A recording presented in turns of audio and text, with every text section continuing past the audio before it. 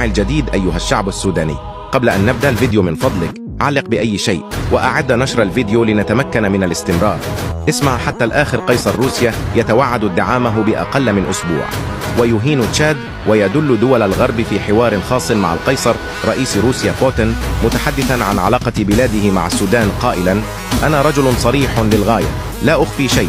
السودان بلد عظيم وتربطنا معهم علاقة منذ الاتحاد السوفيتي، ونحترم سيادة ووحدة أراضية الحرب التي تدور فيه الآن. هي أذرع دول الغرب أمريكا وبريطانيا وفرنسا. سوف تفشل هذه الدول كما فشلت في أوكرانيا وسوريا والعراق واليمن وتايون.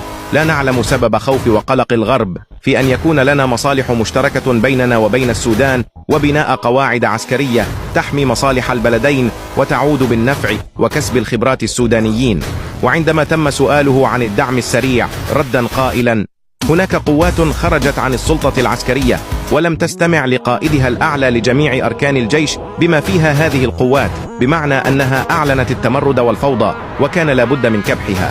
وعندما تم سؤاله هل روسيا مستعدة للدخول مع الجيش السوداني في حربه ضد الدعم السريع ردا قائلا: إذا تم توجيه لنا قتال هؤلاء الميليشيات نحن مستعدون وبكل قوتنا الضاربة.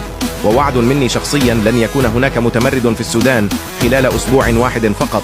وعن تشاد قال القيصر: عجبا لزمن أصبحت فيه تشاد تقارع السودان. الرجاء المتابعة ودعم الصفحة لكي نستمر بنقل الأحداث والوقائع من داخل أرض المعركة، فضلا منكم لا أمرا.